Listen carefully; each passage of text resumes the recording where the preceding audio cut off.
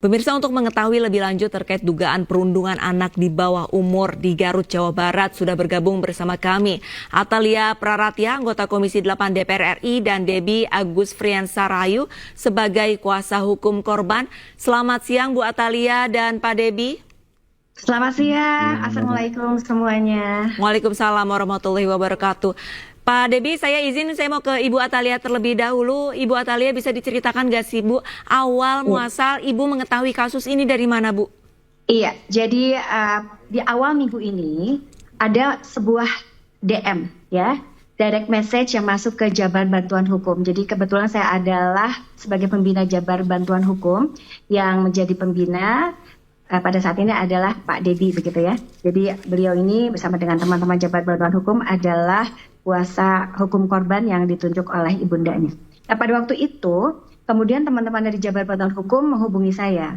Karena biasanya kalau ada kasus seperti ini, kami sering banyak berkomunikasi begitu, dan saya katakan tolong langsung datang dan pastikan apakah betul atau seperti apa kasusnya, seperti itu ya.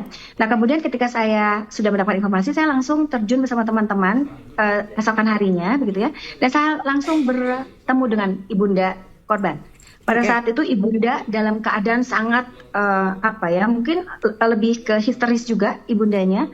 Kemudian dia menangis terus-menerus. Sementara saya melihat sang korban, dia masih terlihat bingung ya, dan dia tidak mau banyak berkomunikasi begitu. Itu di awalnya seperti itu. Baik, awalnya ada direct message begitu. Lantas Bu, langkah pertama setelah mendapatkan direct message ini selanjutnya apa? Apakah langsung mengunjungi korban atau bagaimana Bu? Iya. Pada saat itu saya langsung mengunjungi korban, dan ketika saya berbicara dengan ibunya, saya mencoba untuk menggali permasalahan begitu. Dan ibunya menyampaikan bahwa bagaimana kemudian proses terjadinya bullying ini sudah sekian lama. Jadi semenjak si korban ini TK begitu. Dan karena mereka teman sebayanya, temannya sendiri begitu, teman permainannya, yang kemudian berlangsung terus, dan pada akhirnya pada tahun 2022 lah terjadi kasus pembulian yang juga berkaitan dengan pelecehan seksual tersebut ya. Jadi memasukkan terong dan juga jagung ke dalam alat vital korban. Nah, pada waktu itu ibunya sebetulnya mengetahui, karena apa? Pada saat anaknya pulang, anaknya mengeluhkan sakit pada saat ketika dia ingin buang air kecil begitu kan. Kemudian setelah ibunya lihat, ternyata memang dalam keadaan yang cukup parah, berdarah, bengkak, bernanah dan lain-lain. Nah, kemudian setelah itu anaknya tidak mau lagi untuk datang ke sekolah. Nah, ibunya sudah saya tanyakan mengapa ini bisa terjadi sampai 2 tahun, ibu baru lapor sekarang kan begitu ya.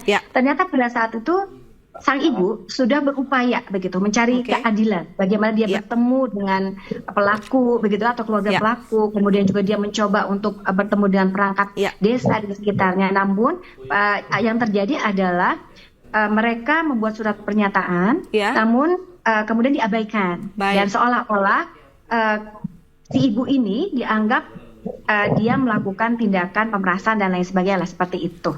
Baik, saya ke Pak Debbie sekarang. Pak Debbie, kalau misalkan berdasarkan dari keterangan yang sudah digali dari Ibu Atalia, ini korban sudah mengalami bullying dari TK. Tapi kenapa baru dilaporkan ini 2 tahun yang lalu, Pak Debbie?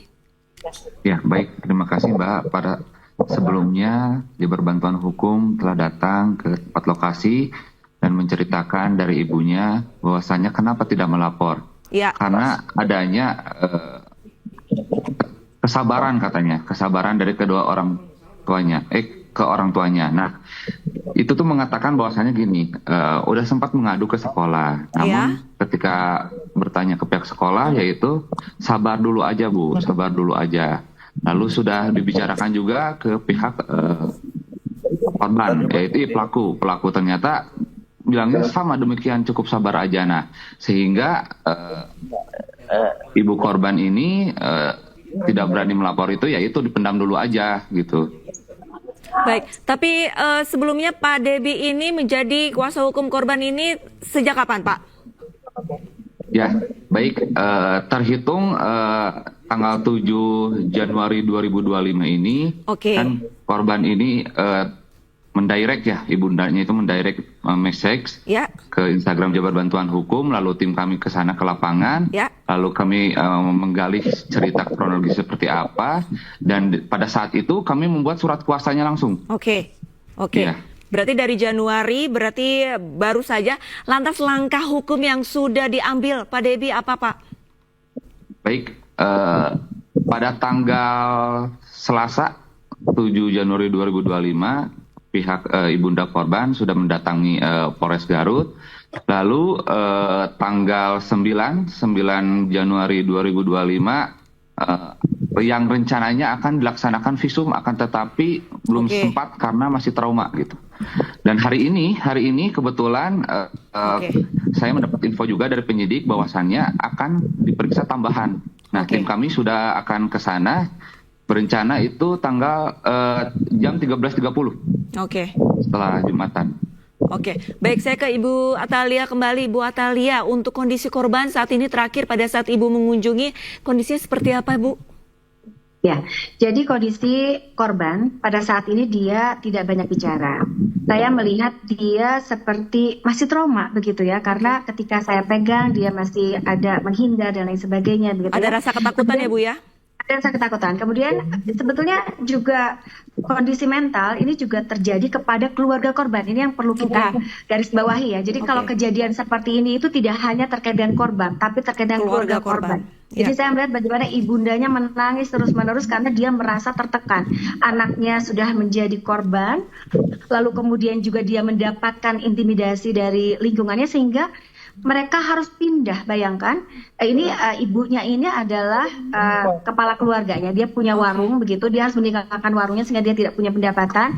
Kemudian dia tidak bisa pulang. Kenapa? Karena anaknya tidak mau. Bahkan kalau harus melapor ke Garut, anaknya ini hanya mau di terminal saja. Dia tidak mau untuk datang apakah ke wilayah rumah tempat tinggalnya ataukah harus ke kepolisian dan sebagainya. Jadi bahkan pada hari ini pun harus ada melapor, harus visum dan sebagainya. Mereka masih belum siap begitu. Apakah sudah ada pendampingan Bu Atalia untuk korban dan keluarga korban?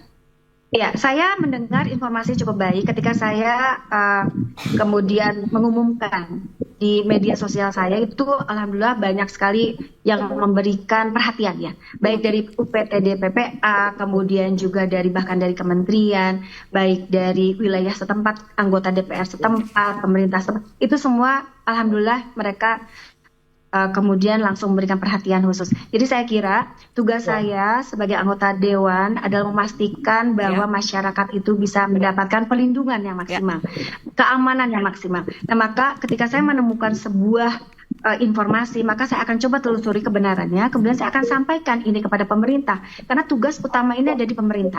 Bahwa kemudian ada Jabar bantuan hukum, bahwa kemudian ada masyarakat yang peduli lainnya yang akan mendampingi, itu adalah tambahan saja gitu. Jadi saya minta pemerintah tolong selesaikan kasus-kasus seperti ini dan pastikan ini tidak terjadi lagi. Karena kasus bullying yang sudah sampai bertahun-tahun ini saya merasa miris ya. Kenapa? Karena ini seharusnya ketika diketahui oleh keluarga korban, kemudian juga diproses, itu lingkungan itu harus membantu. Sekolah juga harus membantu, tidak boleh dibiarkan ini dibungkam begitu. Sampai 2 tahun dan bahkan sekarang bertambah parah saya, karena saya melihat foto alat vitalnya gitu yang baru saja diambil, ini masih sangat mengerikan begitu. Jadi saya kira ini memang harus terus didampingi begitu. Baik, Bu Atalia, kalau misalkan kita lihat ini sebenarnya kasus serupa ini seringkali terjadi di masyarakat. Sebenarnya apa langkah tegas yang harus dilakukan pemerintah sih Bu agar kasus-kasus ini cepat diusut, cepat tuntas dan juga tidak muncul lagi kasus yang serupa Bu?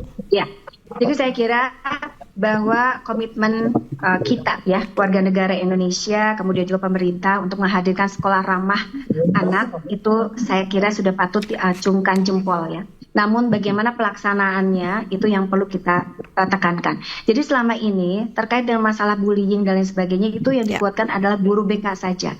Sementara yang kita perlukan adalah juga pelaporan ya, atau juga perlindungan dari teman sebayanya. Jadi kalaulah ada teman-teman sebaya yang bisa membantu dia atau yang bersangkutan atau siapapun, apakah melihat, apakah mereka dicurhati begitu ya, itu harusnya juga bantu untuk melaporkan sehingga kasus ini tidak berkepanjangan seperti saat ini. Jadi konsulen teman sebaya yang sebetulnya BKKBN punya ini perlu dikembangkan menurut saya. Jadi di sekolah-sekolah itu selain juga ada satgas ya anti kekerasan kah atau ada guru BK yang diberikan pendalaman lebih atau pembekalan terkait dengan hal-hal seperti ini, saya kira konselor teman sebaya itu penting sekali supaya teman-teman saling membantu temannya yang lain. Itu. Kemudian informasi terkait dengan ketika mereka mendapatkan bullying, karena tidak semua anak siap untuk bicara bahkan pada orang tuanya, maka perlu ada sebuah langkah atau sebuah ruang bagi mereka untuk menyampaikan terkait dengan apa yang mereka rasakan begitu ya, itu kepada orang yang tepat, apakah dalam bentuk sebuah mungkin lembaga begitu ataukah hal lainnya, tetapi mereka harus bisa nyaman. Jadi kalaulah seandainya kita sudah punya sekarang di kementerian itu sudah punya sebetulnya ya, itu namanya SAPA 129, di provinsi juga ada sampai Kajol dan sebagainya, itu kita punya sebetulnya, hanya informasi itu tidak sampai kepada masyarakat luas gitu, sehingga ketika terjadi sebuah kejadian seperti ini mereka bingung ini harus kemana gitu, seperti itu. Baik, terakhir ke Pak Debi. Pak Debi, saat ini kasusnya sudah mulai mencuat, masyarakat juga sudah mulai menghujat nih tindakan dari pelaku. Lantas langkah hukum selanjutnya dari Pak Debi untuk melindungi korban seperti apa? Ya, baik, terima kasih. Dari Jabar Bantuan Hukum tentunya melaksanakan bersurat ke LPSK untuk perlindungan korbannya, lalu menghadirkan juga dari UPT PPA terkait psikologi forensiknya, lalu juga pasca klinisnya, psikologi klinisnya kami siapkan juga, serta kita sudah membuat grup khusus yang berisikan korban dengan para pendamping hukum. Baik, terima kasih banyak Pak Debi selaku kuasa hukum dari korban dan Ibu Atalia selaku anggota Komisi 8 DPR RI atas waktunya sudah bergabung bersama kami dan selamat melanjutkan aktivitas. Selamat siang.